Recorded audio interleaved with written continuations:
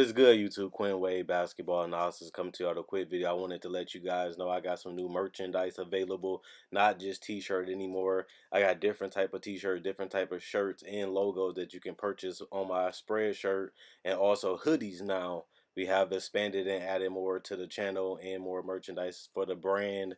Thanks for supporting. It will be in the description and the links will be in the comment section below. Thanks for helping me and supporting the movement. Quinn Wade Basketball Analysis. I'm going to check out the video. What's good, YouTube? Quinn Wade Basketball Analysis coming to y'all with a quick video. Today we're going to talk about the trade that happened later yesterday. I want to go through what happened. The Washington Wizards will join the trade between the Milwaukee Bucks and the Cleveland Cavaliers to acquire Sam Dekker for Jason Smith and a future second-round pick. The Milwaukee Bucks also will trade John Henson and Matthew Dellavedova, two people that don't really get as much playing time. Is not really a big part of their future, and it gives them cap space relief. But the Cavaliers and the Wizards will swap second-round picks with Cleveland, getting Washington second in 2021 and sending their second in 2022. Washington tax bill will drop from 14.49 million to 9.79 million by trading out Jason Smith $5.4 million contract for the Sam Dekker contract that only cost $2 million.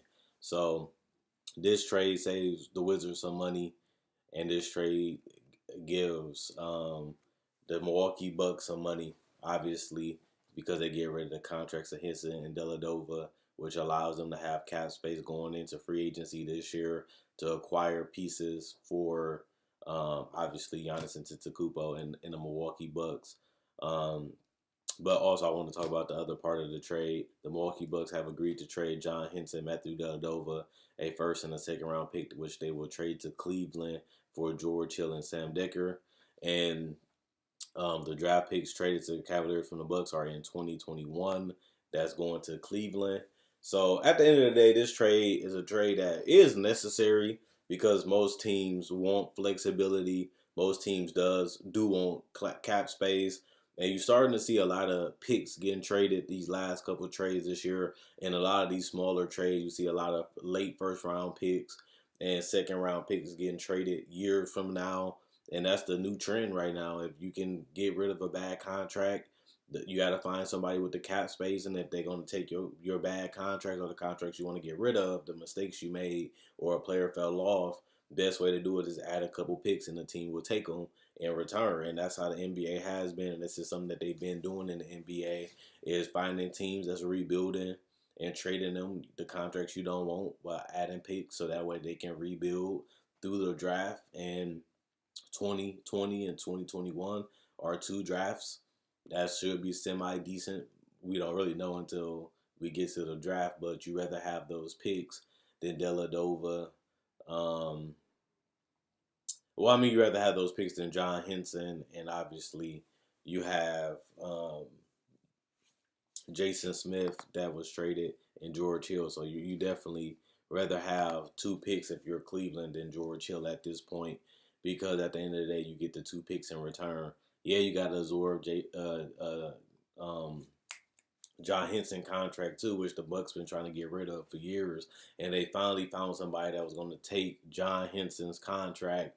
And Dellavedova has already played in Cleveland. He loved playing in Cleveland. The only reason why he left Cleveland was for the money, and he actually won a championship in the first championship in Cleveland history. He was a part of that, and he's a guy that can teach Colin Sexton defense.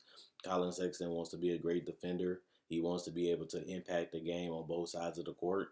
And Dellavedova has been known on the biggest stage, the NBA Finals, that he was guarding one of the best offensive players of this generation, this era, and Steph Curry. And he did a hell of a job. He didn't give up. He put in his word to the point where he was exhausted because he had put so much energy into just trying to stop Steph Curry. Even though they did come up short in 15, he was able to ride the coattail of LeBron, what people say, and win in 16. So it's something special. And, he's going to get more playing time for Cleveland than he will for the Bucks, and he hasn't really got that much playing time at all for the Bucks anyway the last couple years. So just like I said about Alex Burke, this is an opportunity for him to get 25 to 30 minutes a game and really try to still show that he has it. And if he does that, I can definitely see him getting bought out in the future or traded to a team that really needs a player like Dellavedova coming off the bench and being a hard-nosed guy and a guy that never quits and wants to continue to put effort and energy as much as he can on the court and impact the game as well as he can. So he started running out of faith. He started running out of. He just had to get out of the Bucks. It wasn't a good fit for him no more. And same for John Henson.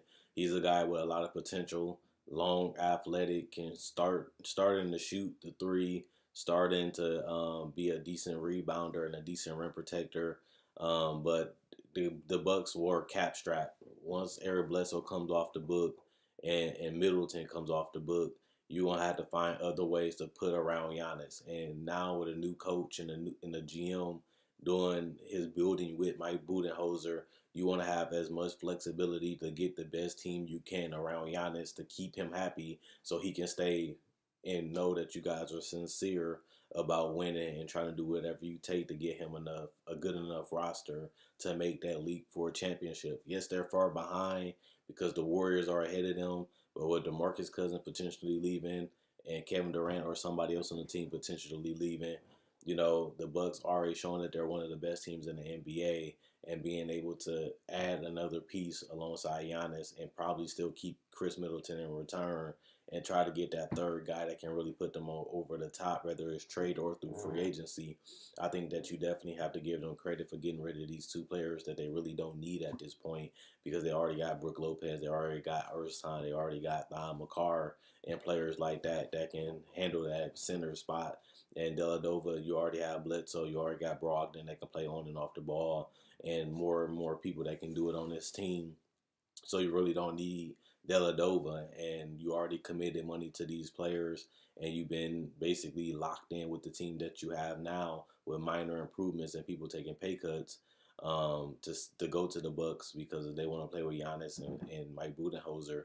Now you have the cap space to play other players that may not want to come, but now with the money and how they're playing right now and how they changed their culture and their identity right now, you definitely got to give the Bucks credit for, yeah, they traded away their future picks, but with Giannis, you want to win now. And I feel like they have changed that mentality the last 2 years with the fire of Jason Kidd, who I did like because I do stay in Wisconsin. I did like Jason Kidd, and I did not want him to be fired, but Budenholzer is a way better coach offensively and defensively, and just making the right plays and getting the best out of his players and putting them in the right positions to succeed. And I feel like he's one of the best to do that in the NBA right now, and that's why I didn't mind them getting him. I actually wanted the Bucks to get Budenholzer as they was interviewing somebody for the spot, and he has proven me right so far. So, as for the Wizards getting rid of Jason Smith, like I said, you save more money and you get a contract in return, and Sam Dekker, who you can just waive. He's a shooter. He's a guy that's tall enough to play the 3 or the 4, depending on who's out there. He's a guy that can hit threes and some mid-range jumpers from time to time. He's an NBA player, but I don't really see Sam Dekker staying with the Washington Wizards not that long. And the fact that you really want to shred as much salary as you can with this Wizards team because they getting paid like they're one of the best teams in the NBA, but they're not playing like one. I think Jason Smith, he wants a new environment, and obviously you want to save some money for a guy that you really don't need. When you get to the playoffs, you only want to be 8 to 9 deep, and I feel like the Wizards are that right now with Jeff Green and obviously with Austin Rivers. And then when Dwight Howard comes back, another guy goes to the bench, and you still got Markieff Morris and Kelly Oubre, so they don't really need Jason Smith at this point. And if you can save money by making a little small trade like this and the guy is still replaceable, just do it. And they was able to do that by getting rid of Jason Smith and just taking back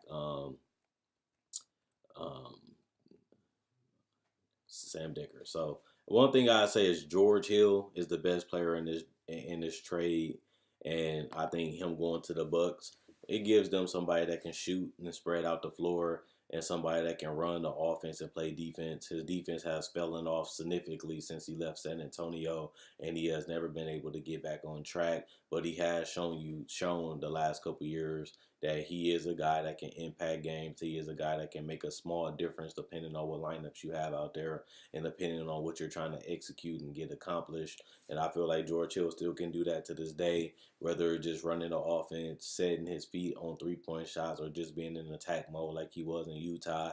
He's a guy that's going to do what the coach asks him to do. And if that's what the coach wants him to do, he's going to go out there and do it. He's not going to whine. He's not going to complain. He's just going to go out there and do his job. And I think that that's the type of guy you want when you're trying to go into a championship, a guy that's willing to sacrifice, a guy that has been to the NBA Finals, and a guy that has played on the biggest stage as a starter, even contributed to a team like San Antonio that was trying to win now when he was there, and he was able to help them to the best of his ability until he was traded for Kawhi Leonard. So it just shows you that the Bucks are going all in on winning. They don't want to wait. They don't want to take the time that they have with Giannis so far for granted. They want to go out there and try to win games now. They want to go out there and try to make moves that can help them in the future to be even better than they are right now. And right now, I don't have the Bucks as a championship contender. I have them as an Eastern contender to get out to the finals, but I do not have them as a contender looking at teams like Golden State. Obviously, that's the standard right now, the NBA. I don't really see the Bucks on that level right now, but this move might help them get closer in the future if they spend the cap space right and they negotiate right with the players so they don't have to overpay to get players like they did with Dellavedova and John Henson. If they can spend the money wisely like they did with Ersan, like they did with Brook Lopez, then they should be able to save a little bit of money and add more depth and some more talent to this roster, which keeps Giannis happy, keeps you winning, and keep Mike Budenholzer wanting to stay too, and that's going in the direction of winning the championship. So let me know what you guys think. Is Jason Smith done? Is Sam Dekker just a trade chip? He was just used to get trade for Chris Paul. He's a guy that people keep throwing in, a guy that's just hanging around in NBA. Will he stay in the NBA? Will he be able to get cut from the NBA? Or is he, like, I think he's still an NBA player. He just got to find the right home, and he hasn't been able to do that. Is George Hill starting to be nothing but a journeyman?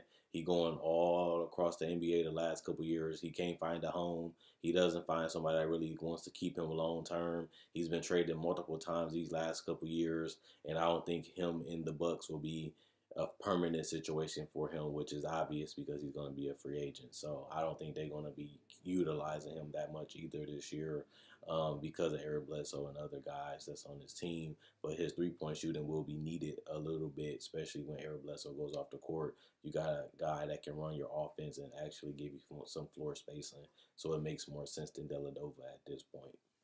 And are you happy that Dellavedova gets more playing time and more minutes and he gets to still get paid and go back to the place where he was able to build his name and his identity and his brand, and that's the Cleveland Cavaliers. And then obviously you got John Henson, a guy with a lot of potential but getting a little overpaid for that potential. And that's going to be the problem with his contract until he becomes an aspirant. Nobody might pick him up until he's either going to take less money or his contract is almost over and they want to try him out, or just use him for that season and then he gets out of his contract and then people give him $3 to $5 million offers and then he can get more minutes for another team that wants to try him like the Bucks did, but they overpaid him and that's why it was hard to move him. But hopefully he can get a decent contract and continue to play the way that got him into the NBA and continue to expand and evolve his game and do good. But as of right now, he is overpaid and he just not worth the money. Maybe a year from now, he gets a good home and a good place where he can make some decent amount of money while still being able to get some minutes and trying to prove that he deserves to be a starter or a good rotation guy, which he has done in Milwaukee. It's just people going to remember him more for his salary than his actual play. But that's neither here nor there. Quinn Wade Basketball Analysis, I'm gone. Check my website, check my Facebook page, check my Spreadshirt. All will be in the comment section below. Quinn Wade Basketball Analysis, I'm gone. And let me know what you think about these trades, the picks, the players, and the potential of these picks and players as the season continues to go on, and how will it impact the NBA. Told you guys what I think. I think the picks do matter. I think the dump in the salary matters. And I think this matters a lot for the Bucks. It matters for the Wizards. And Cleveland gets a lot of picks in return for really salary dump.